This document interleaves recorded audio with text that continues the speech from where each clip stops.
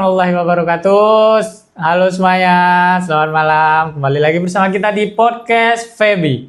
Strategi duniawi, orientasi ukhrawi. Oke, perkenalkan di sini saya sebagai moderator Muhammad Hidayatullah dan narasumber kita yakni Saudara Ulul Albab dari Fakultas Ekonomi dan Bisnis Islam dan jurusan Ekonomi Syariah. Oke, teman-teman, di sini kita akan membahas sesuatu yang sangat krusial. Di era disrupsi ini, kita sering dengar tentang teknologi dan juga AI. Jadi, kita ini sudah tidak asing dengan kata AI, yang dimana-mana sekarang film juga bisa kita buat dengan menggunakan AI. Tapi ujung-ujungnya tetap manusia yang jadi penentunya.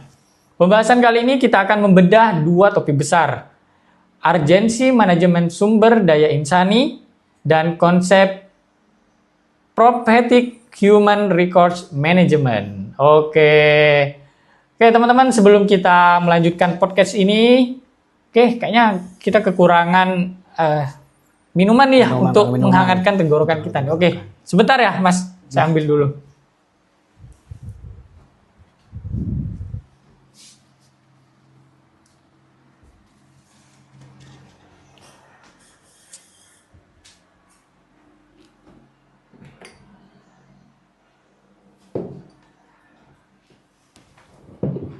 Panas ini.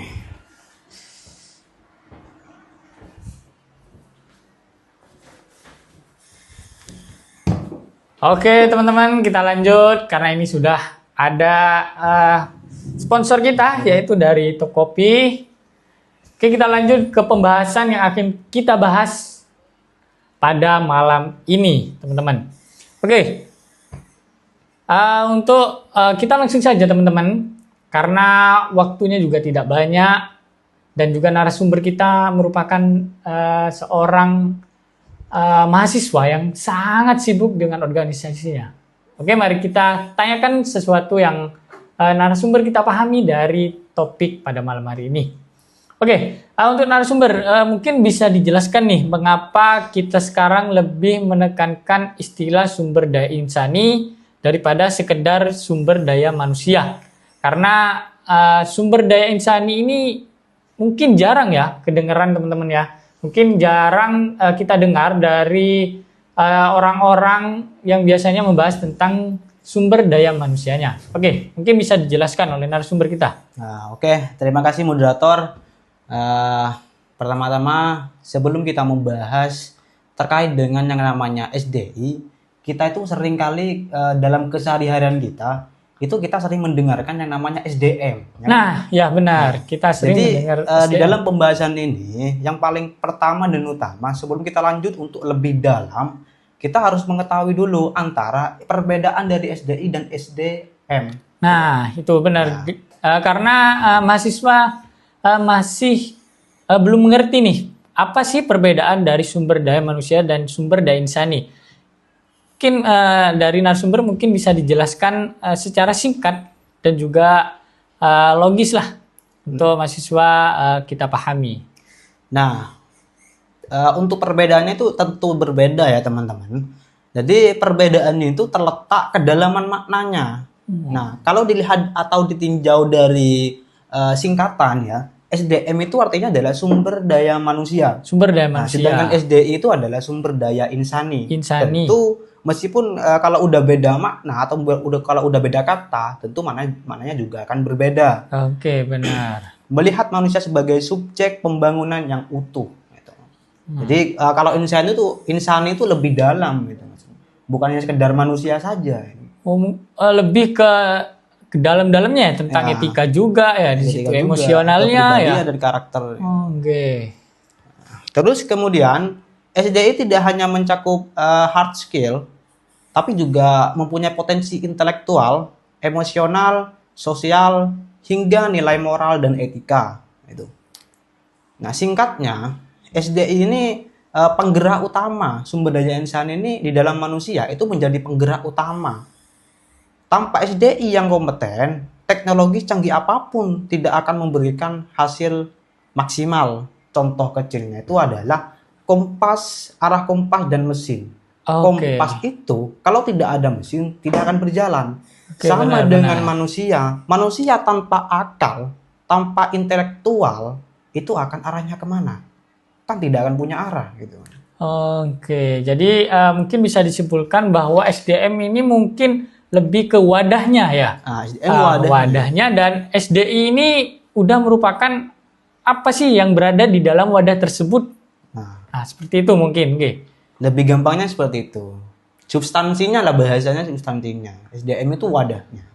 Oke, jadi misal SDM itu manusianya dan insani itu yang berada di dalam tubuh manusia tentang emosional, etika, dan juga moral yang berkaitan tentang nantinya untuk kompeten dalam pekerjaan. Seperti itu Mas G. Ya. Oke, selanjutnya apa sih tantangan terbesar dalam mengelola SDI ini di era yang era sekarang itu kan modern banget Mas ya? Ya, modern Di banget. serba digital ya.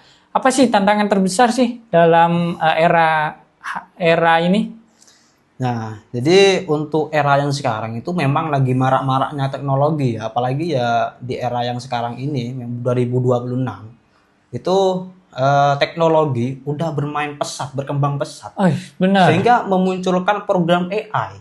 Apa-apa pekerjaan AI yang AI. melakukan ini AI, sehingga pekerjaan manusia itu bergantung pada AI sekarang.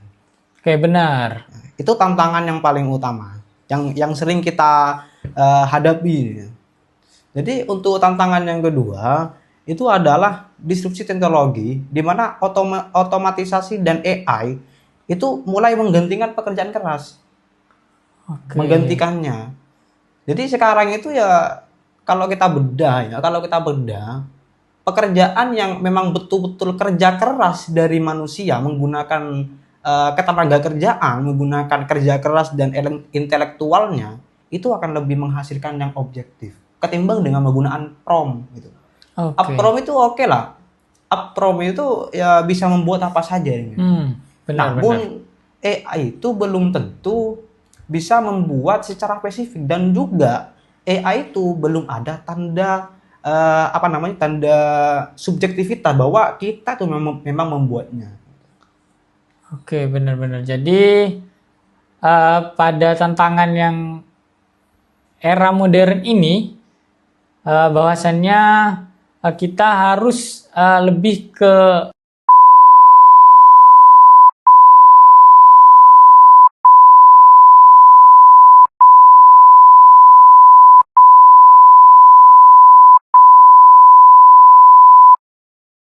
Berarti kalau kita berbicara tentang tantangan, itu pasti ada yang namanya solusi ya. Untuk solusinya dari tantangan yang kita sebutkan tadi, itu adalah pembelajaran kepada manusia gimana cara menggunakan AI yang betulnya. AI itu bukan menggantikan pekerjaan manusia, melainkan mempermudah pekerjaan manusia. Apa yang kita tidak ketahui, kita bisa belajar. Bukan apa yang kita tidak ketahui, malah kita melempar pekerjaan. Itu bukan. Oke. Jadi solusinya ya seperti itu. Membuat pembelajaran kepada manusia, gimana sekiranya manusia itu menggunakan handphone, alat digital, apalagi AI itu sebaik-baiknya. Oke, jadi bukan berarti kita ketergantungan dengan AI, gitu. Bukan. Tapi bagaimana kita merealisasikan kita itu membutuhkan bantuan AI seperlunya saja. Oke, untuk memudahkan kita seperti itu, nggih? Okay. Oke. Jadi intinya teman-teman, untuk mahasiswa ini, ayolah lebih ke kita berpikir dan mencari tahu pada relasi di buku-buku dan juga jurnal-jurnal yang ada. Jangan hanya mengandalkan sebuah AI, karena AI tersebut belum tentu kebenarannya dan juga kevalitannya teman-teman. Jadi seperti itu. Oke, kita lanjut nih pada pembahasan. Mengapa sih MSDI itu jadi mendesak banget sekarang? Kenapa tidak cukup pakai istilah personalia saja seperti dulu? Nah, kenapa urgensi itu begitu mendesak di sekarang? Karena kita melihat manusia ya. Manusia itu bukan sekedar biaya atau alat produksi, melainkan sebagai aset strategis. Sebagai aset strategis, teman-teman. Nah, namun di era sekarang, keunggulan kompetitif sebuah organisasi bukan lagi di modal atau di mesin, tapi di tech knowledge dan kreativitas orang-orang di dalamnya. Jadi yang menjadi faktor utama membangun eh, sebuah atau pekerjaan yang fundamental itu yang paling betul yang utamakan adalah manusianya, Manusianya. sumber Oke. daya insaninya. Oke, berarti bukan soal administrasi gaji dan juga absen ya? Bukan, itu Oke. jauh lagi itu. Oh, jadi berarti bagaimana sih kita kerja dengan kreativitas kita yang lebih menguntungkan pada suatu pekerjaan yang kita kerjakan seperti itu, Nah, gitu. jadi urgensinya itu ada 3 hal. Yang Oke. pertama adalah adaptabilitas, yang kedua adalah retensi bakat, yang ketiga adalah budaya organisasi. Nah, saya jelaskan. Yang pertama adaptabilitas, itu tanpa manajemen yang baik, tim akan gagap menghadapi perubahan teknologi di dalam sebuah organisasi ini ya. Kemudian yang kedua, retensi bakat, yaitu orang hebat tidak akan bertahan hanya karena gaji, tapi karena pengembangan diri. Jadi betul.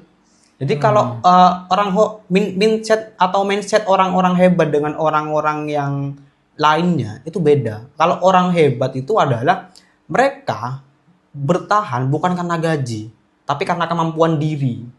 Oh, karena bagaimana sih mewujudkan untuk berkembangnya diri kita seperti itu, gitu. Nah, untuk mengembangkan diri kita itu adalah yang pertama kita harus belajar kerja keras tanpa menggunakan AI. Nah, Kita mengembangkan soft skill kita, apa yang kita miliki, apa yang kita punya, itu kita kembangkan secara perlahan. Nanti otomatis ke depannya insya Allah akan berkembang. oke. Nah, kemudian yang ketiga, itu budaya organisasi. MSJ ini adalah perekat yang menyatukan visi perusahaan dengan nilai personalnya dan karyawan. Dalam paradigma pembangunan, manusia ini bukan sekadar angka statistik dalam data kependudukan. Jadi, melainkan subjek sentral yang menentukan mutu perkembangan suatu bangsa. Secara humanistik, manusia ini membawa dimensi etis, kreativitas, moral, dan kemampuan analitis yang tidak dapat digantikan oleh mesin. Ini kelebihan manusia. Jadi manusia itu ya perbedaannya dengan mesin, kalau mesin itu digunakan atau dibuat oleh manusia, sedangkan manusia itu bisa membuat apa saja. Oke. Jadi betul apa yang dikatakan di awal bahwa meskipun di era sekarang itu kerjanya mesin yang melakukan, yang menjadi penentu adalah Manusianya sendiri. Oke, benar banget itu. Jadi manusia ini bukan sekedar angka statistik berapa sih penduduk di Indonesia ini, bukan. Tapi bagaimana sih manusia itu bisa mengembangkan negara kita ini kan untuk lebih maju ke depannya atau malah lebih mundur untuk ke depannya melalui intelektualitasnya. Oke. Gitu.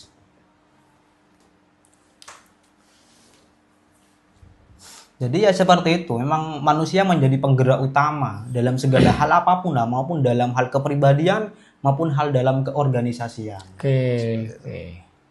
Oke, mungkin teman-teman nih sudah ada pandangan nih atau suatu ilmu yang bisa ambil dari podcast ini.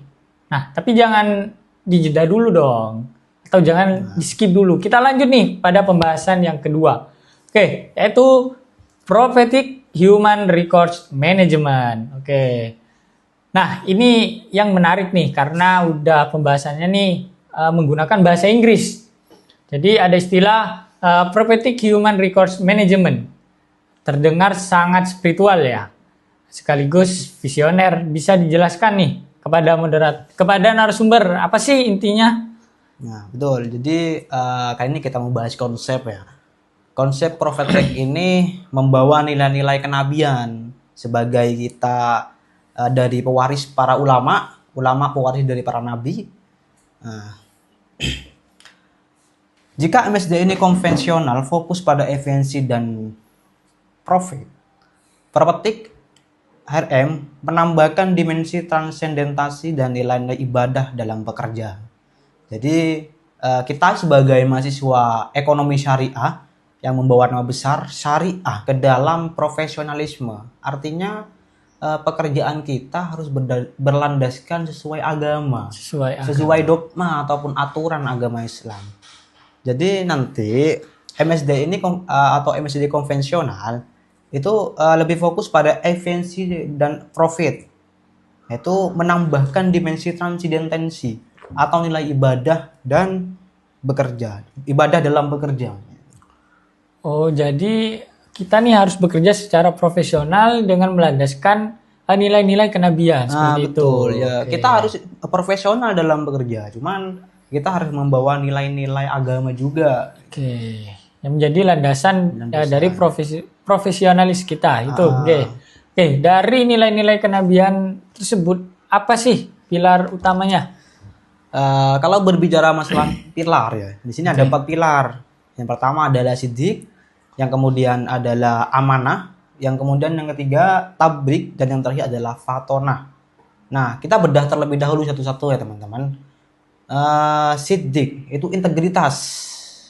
Nah, integritas itu membangun sistem rekrutmen dan penilaian yang jujur tanpa memanipulasi. Artinya ya kita garis bawahi kata jujur ya. Jujur. Kadang orang itu yang bikin tidak memiliki integritas ya karena mereka tidak jujur. Tidak memiliki sikap kejujuran. Tidak memiliki sikap kejujuran. Banyak orang pinter tapi tidak jujur seperti itu. Betul sekali. Artinya terkadang orang-orang sulit percaya karena integritasnya itu tidak sempurna, masih cukup kurang gitu. Itu untuk integritas ya teman-teman. Kemudian yang kedua adalah akuntabilitas, yaitu amanah. Nah, kita contohkan ya, karyawan itu merasa memiliki tanggung jawab moral, bukan sekadar takut pada bos. Oke. Jadi artinya itu karyawan itu dalam pekerjaan bukan soal masalah takut ke bosnya, tapi dia membawa tanggung jawab yang besar, itu adalah moral. Itu. Kalau moral itu sudah ternodai, artinya akan terjadi masalah di dalam pekerjaan itu. Oke, berarti pada pilar amanah ini, jadi bukan hanya sekedar takut karena jabatan, tapi karena kita bertanggung jawab pada moral kita pada suatu pekerjaan tersebut. Dan juga harus profesionalisme dalam pekerjaan. Jadi amanah itu begitu penting ya. Gak semua orang bisa menjaga amanah. Tidak semua orang bisa menjaga amanah. Kemudian yang ketiga, tablik. Itu transparansi komunikasi. Artinya keterbukaan informasi dan penyampaian visi yang jelas. Ini kalau berbicara masalah informasi ya.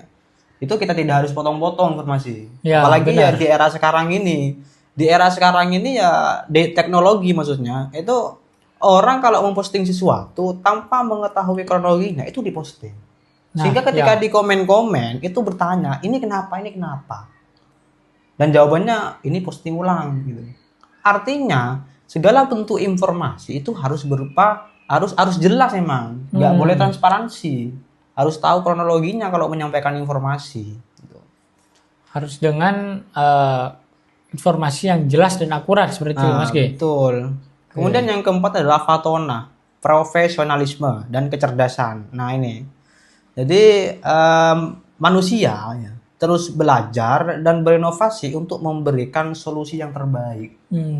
Jadi untuk pengetahuan yang tadi kita bahas, artinya perbedaan antara manusia dengan hewan dan mesin dan sebagainya itu terletak pada intelektualitasnya. Karena manusia mempunyai akal dan pikiran, bisa membedakan antara kebenaran dan kesalahan. Gitu. Dan juga bagaimana sih memberikan solusi terbaik seperti itu. Itu. Bukan hanya sekedar membuat masalah tanpa memberikan solusi. Seperti itu. Di mana ada kritik, di situ juga pasti ada saran. Pastinya. Jadi soal bekerja nih. Bekerja itu bukan cuma soal kontrak ya. Bukan soal kontrak di atas kertas.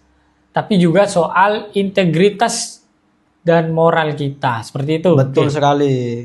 Karena efeknya itu ya sangat luar biasa.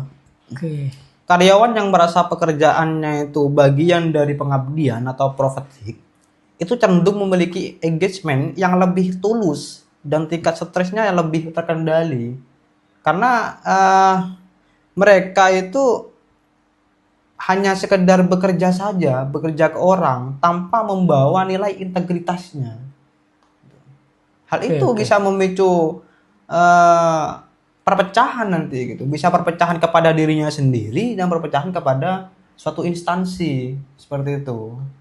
Oke, mungkin di era sekarang ini mungkin banyak Mas ya. Setiap pekerja itu merasa stres, merasa bingung dengan pekerjaannya yang numpuk, yang numpuk, yang numpuk. Nah, itu mungkin dari suatu pekerjaannya yang mungkin tidak dilakukan secara eh, sukarela atau secara bahagia mungkin seperti itu. Secara ceria atau ini pekerjaan nih bagian dari hidup yang harus disenangkan nih gitu ya. Mungkin mereka-mereka yang merasa stres nih, mungkin kayak mereka tuh soal kerja hanya dapat kerjaan dimarahin seperti itu ini. Nah, mungkin seperti itu Mas Gi. Nah, betul. Jadi pekerjaan itu semua sih apa yang bisa kita kerjakan itu boleh. Tapi yang menjadi tanda tanya adalah pekerjaan mana yang kamu kerjakan. Nah, kita sebagai anak mahasiswa FEBI ya, lebih khususnya kepada Fakultas Ekonomi Syariah, tentu kita akan membawa nama besar yaitu syariah, itu Nah, keislaman. oke. Jadi pekerjaan apa yang halal dan yang tidak halal. Contohnya nih, mengapa orang-orang itu ketika dalam pekerjaan itu mengalami stres? Nah, karena sering terjadi mengalami kekalahan. Saya contohkan nih satu, contoh bekerja dalam perjudian. Oke. Atau kita kenal ya biasanya ya main slot. Main slot. Nah, Ya. itu main slot bisa memicu kita stres banget karena setelah kita menaruh taruhan kita kalah dan taruhannya cukup besar. Itu artinya mengapa pentingnya kita ketika kita mau melakukan pekerjaan, carilah pekerjaan yang halal. Oke, benar teman-teman. Ingat, cari pekerjaan yang halal. Oke, yang berbasis dengan agama kita, yang berbasis dengan syariah. Betul. Oke. Luar biasa. Jadi kesimpulannya nih, MSDI itu adalah mesinnya dan nilai profetik adalah kompasnya. Tanpa manajemen yang kuat kita akan kacau dan tanpa nilai profetik kita akan kehilangan arah dan makna. Oke, seperti itu, oke. Oke. Jadi untuk organisasi dia masa akan datang harus memanusiakan manusia. Memanusiakan manusia. Memanusiakan manusia secara utuh. Oke, karena zaman sekarang ini masih banyak nih kayak seorang yang sudah tinggi jabatannya itu malah menganggap yang jabatannya di bawahnya itu seperti pesuruh lah atau babul lah. Itu cukup banyak sih pada zaman ini sih. Nah, jadi untuk yang kita harapkan lah untuk masa depan nih yaitu memanusiakan manusia. Oke, seperti itu, Mas. Oke, mungkin itu saja perbincangan hangat yang bisa kami sampaikan. Terima kasih untuk insight-nya hari ini dan untuk teman-teman pendengar. Semoga ini bisa jadi bahan refleksi di kantor atau bisnis masing-masing. Saya atas nama Muhammad Hidayatullah dan narasumber kita sebagai narasumber Nurul Albab. Oke, mengucapkan terima kasih karena sudah menonton sampai akhir dan jangan lupa di sini kita sama-sama belajar. Mungkin ada kesalahan atau ada kehilafan dari kami, mungkin bisa didiskusikan oleh kami. Diskusikan kepada kami, nantinya kami akan membenarkan lagi apa sih yang sebenarnya kami sampaikan pada malam ini. Oke, mungkin seperti itu Mas Gi. Oke, terima kasih teman-teman. Kami pamit undur diri. Wassalamualaikum warahmatullahi wabarakatuh. Bye-bye.